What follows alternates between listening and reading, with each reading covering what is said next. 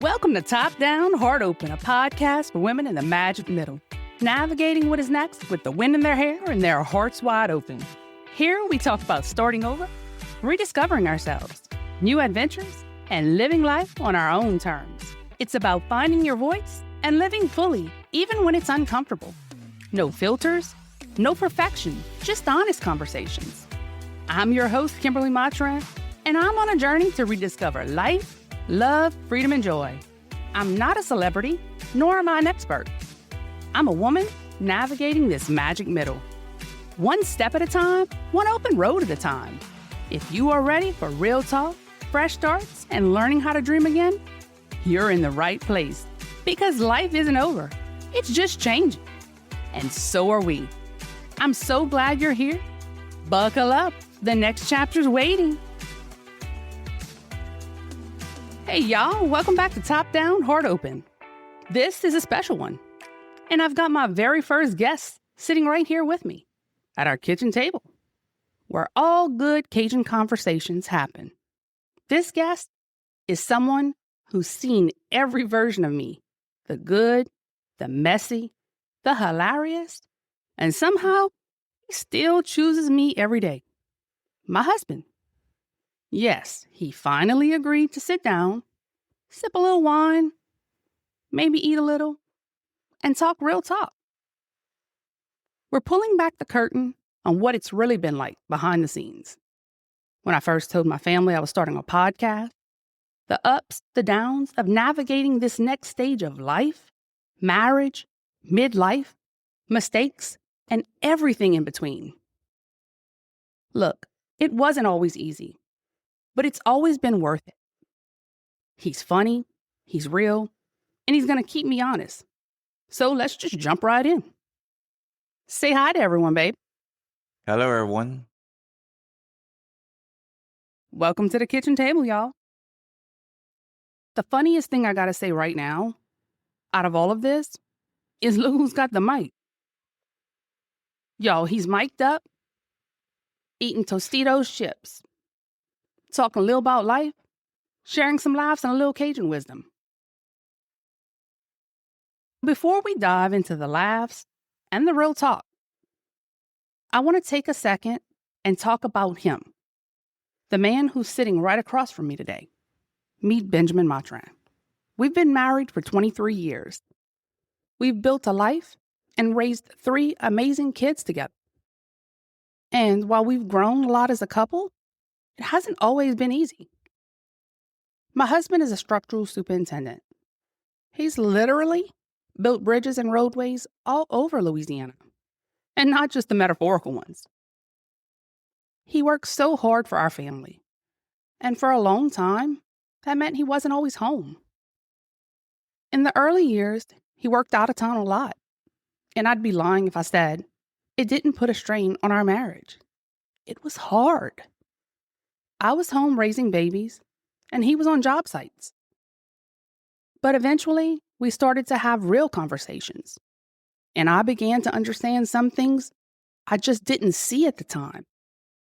It wasn't just about being apart. It was about learning each other's perspectives. And honestly, that changed everything for us. And look, he may have built bridges in real life, but the one he built in this marriage, that one's still standing strong today. 23 years married, 3 kids, countless roads and bridges built. That's why I'm so grateful he's here today.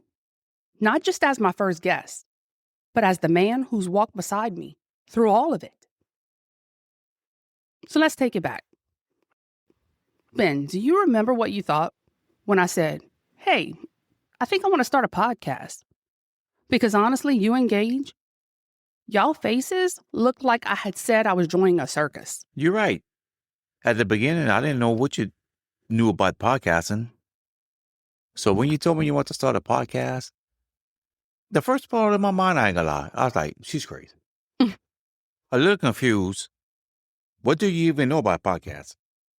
Honestly, I thought podcasting was about old men talking politics and about celebrities. Boring stuff. I think we all thought I was crazy. But I do, deep down inside. If anybody can do it, It's my wife, Kimberly. Oh, You always been like that. And that's what I love about you. You're going to put everything you have into it. And that's all you can ask from somebody. After seeing all your hard work and determination, you proved me wrong. And I'm very proud of you. oh, thanks, babe. And I know you're going to kick it out the park. Honestly, I knew nothing about podcasting. At the time, I thought I knew everything, that we would just record something. In my mind, I didn't think it would be that hard, but I knew I had something to say. I didn't know if anybody would be open to hearing it, but I knew if I was having certain feelings, there had to be other women out there feeling the same way. It's hard to hear some of the things from celebrities. I know we go through the same things as women, but sometimes it's hard to imagine yourself in that situation when they don't live the same lives that we live. They live extraordinary lives. And I'm not saying that my life's not extraordinary. I'm just saying that our circumstances are different. And sometimes it's easier for women to relate to other women who are like them. And I showed him how it could be real conversations, real life, and real people just like us. You've seen me go through a lot, especially in this phase of life. New emotions, life changes, starting this podcast. What's it been like watching me step into this version of myself? What do you see in me that's different? You're lighter. I see you smiling more, like you never smiled in a while. You're laughing more, and you don't let stuff bother you that used to bother you. And it makes me happy and smile more, because I know you like doing it. I will say that it has helped me to stop pretending, that I have to be so composed all the time. I've always felt like I needed that permission to speak freely. I'm the oldest child. My parents were divorced, so I always felt this pressure almost to have it just composed and together for everybody. And now I just have the permission to speak freely. And I've finally given that to myself in this podcast. I think a lot of other women ought to hear this. I don't think they should be in the position you've been in or you felt like.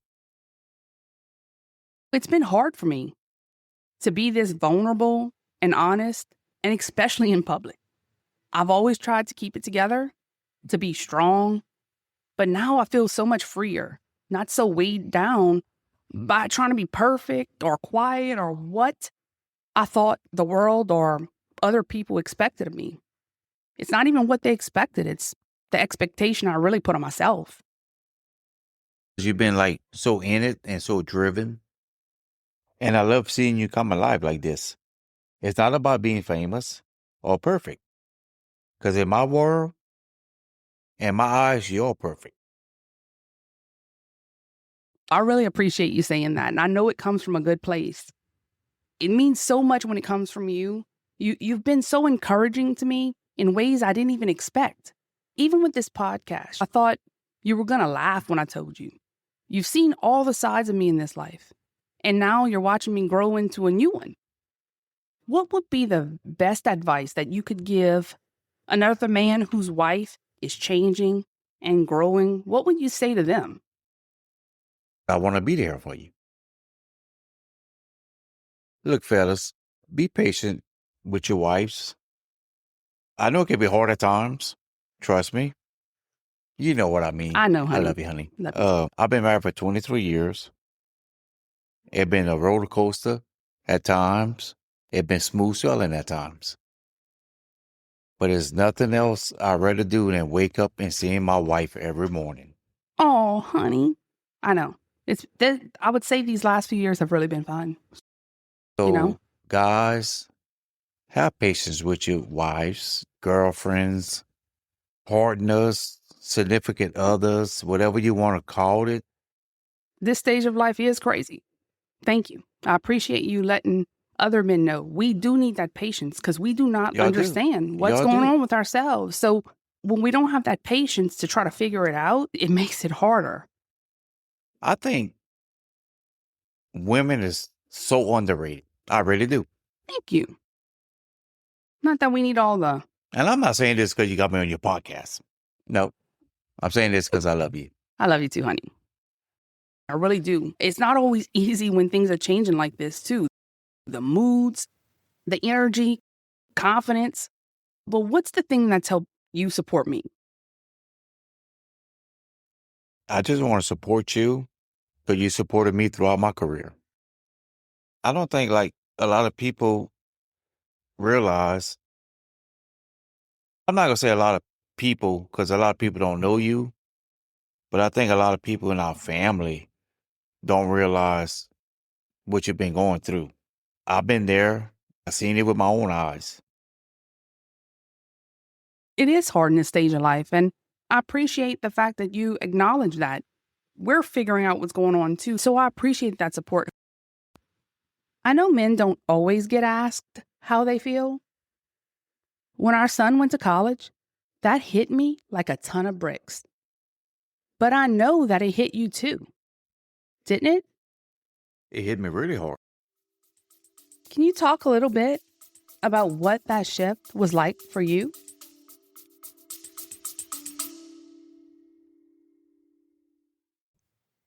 Do you love the show? Let's stay connected.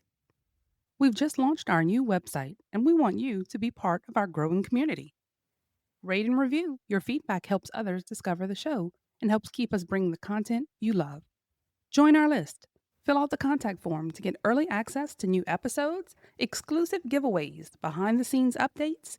Don't miss out. Visit our website today and sign up to stay in the loop.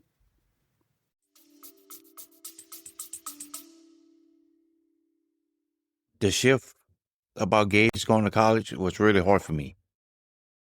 I have 2 other kids, but Gage, it was different. It was hard.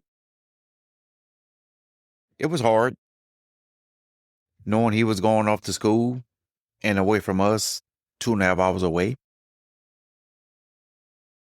Was it just the fear of him going away? Or the fear of, now what? Both him going away and the fear of, now what?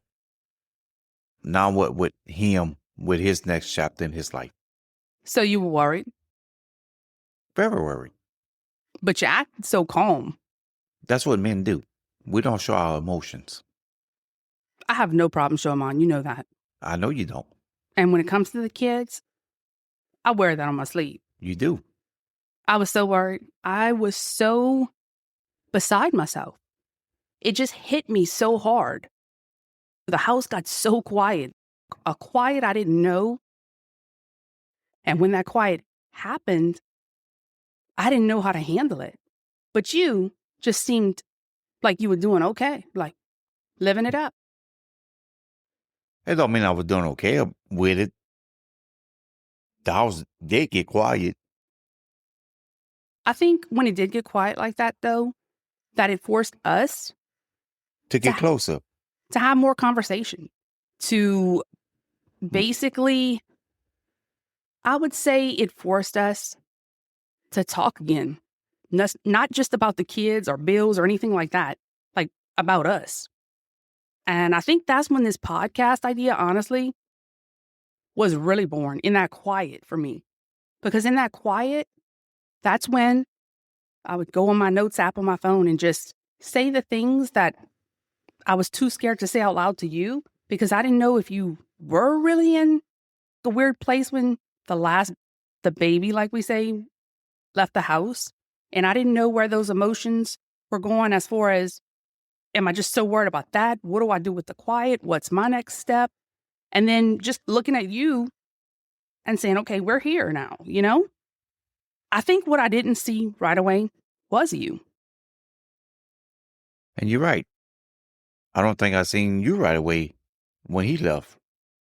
But I think him leaving was I wouldn't say a blessing. I think it changed our connection. It did change our connection. I think it made space for us in a way we probably hadn't had in a long time, because we were so work, kids, and we just had to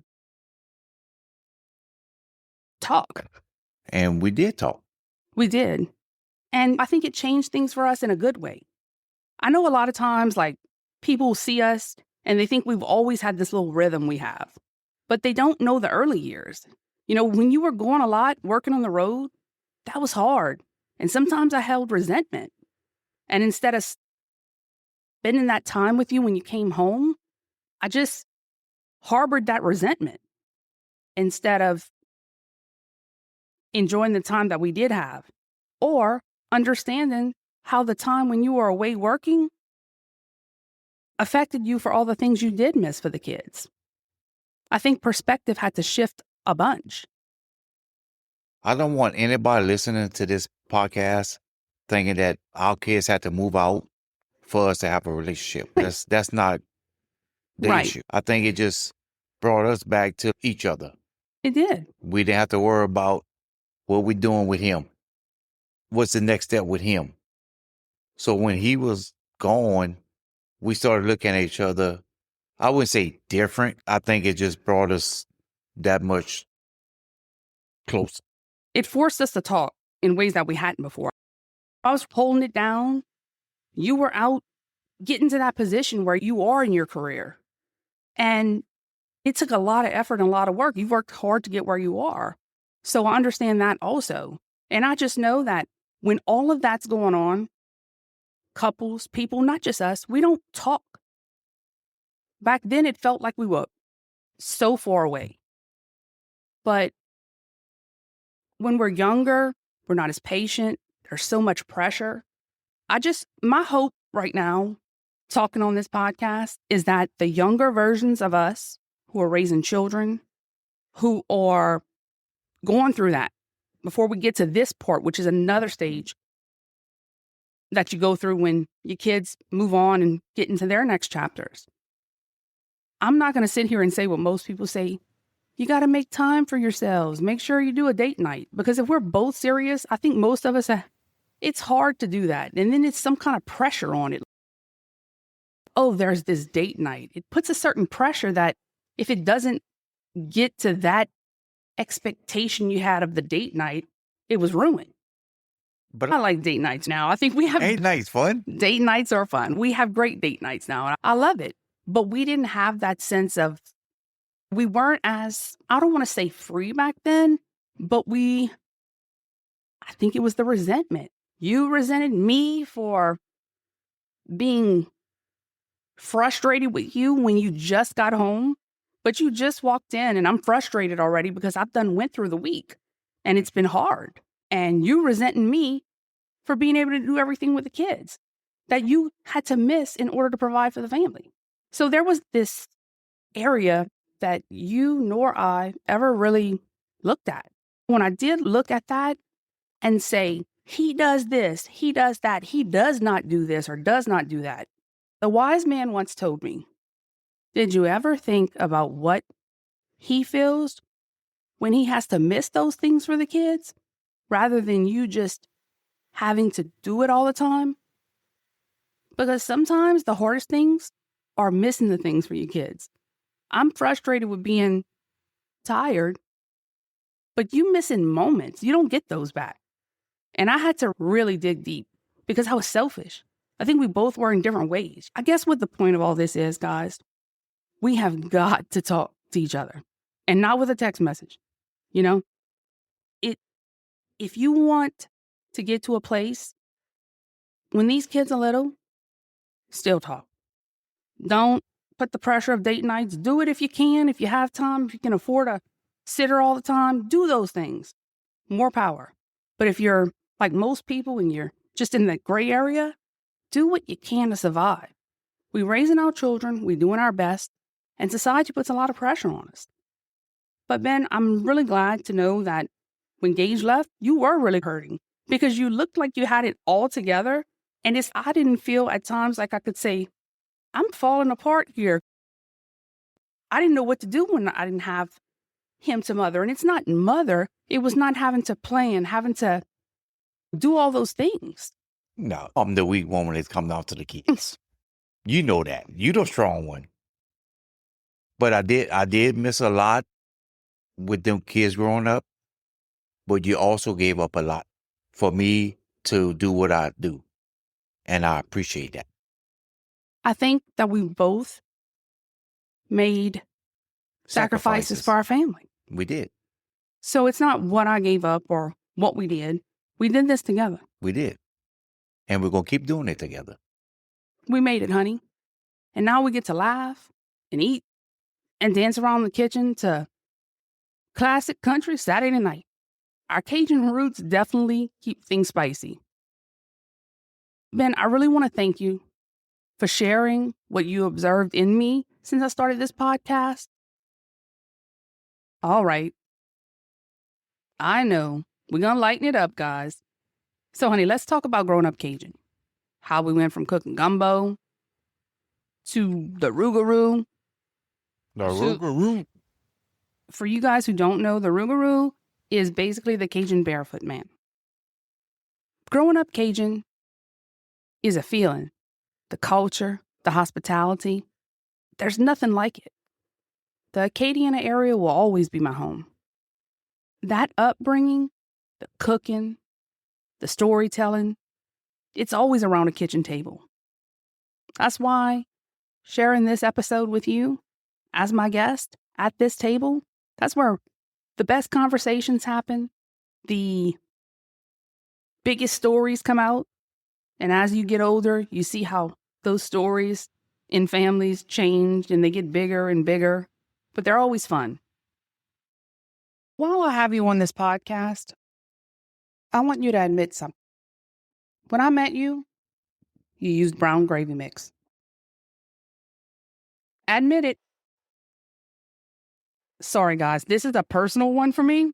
When I met Ben, he's the best cook. No, you're wrong. Brown gravy mix, it was kitchen bouquet. Oh, stand corrected, but thank you for admitting it. I had never seen my mom in my life. And this guy says, kitchen bouquet? I'm sorry, I had to use this. Good though, right? It was all right. No, it was good. I was scared. It was good. It was good. It wasn't great good. It wasn't my mama's good, but it was good. After you ate it the first 2 times, you said you got kitchen bouquet in it? No, I've never said kitchen bouquet again. Oh, okay. I forgot it. Thank you for... I'm just so glad you admitted it finally. Sorry, guys. I had to put that one out there because we were just at Winn-Dixie yesterday and he denied it again. He thinks he's been making gravy. My mom passed the spoon to him. He smothers cabbage. Great cook. I have my few staples, but he takes it home. He can actually smother chicken. Sorry for all of you who don't understand what this is. If you want the recipe for smothered chicken, send me a shout out on the new website and we'll get you a smothered chicken recipe. And I don't use kitchen bouquet no more. Let's hear that again. I don't use kitchen bouquet no more. Y'all, 23 years it took for me to just get that out of my husband, okay? I'm sorry, honey. And 23 years, we're still laughing. Kitchen bouquet. I'm going to get you a shirt with that on it, too. All right, honey. So, now that you've been on the podcast, would you ever come back? I would love to come back.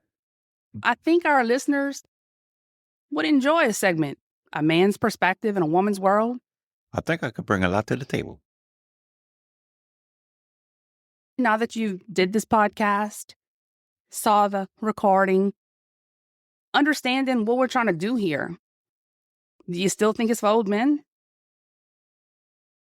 No, but I'm still a rookie. I'm still a rookie. But I'm coming back. I'll invite you. Thank you. It's been fun. I've enjoyed having you. I think you've realized that this is not as easy as you might think it looks. It's not.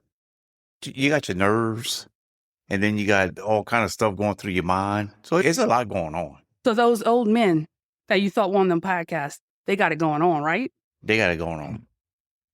Thumbs up. But I'm glad you understand that podcasts are for everybody. They're not just for old men. They're not about politics. They're not all about celebrity interviews. People who are real like us, we can do this podcast. You know why we can do this podcast? Because we have people who resonate with us, who feel the things we feel, and we can feel them together. And as long as we keep coming here, showing up for each other, what can we do better than that? Nothing. Let me know if he should come back. Should we bring in more husbands, partners to share their take? Because this is how we start these real conversations.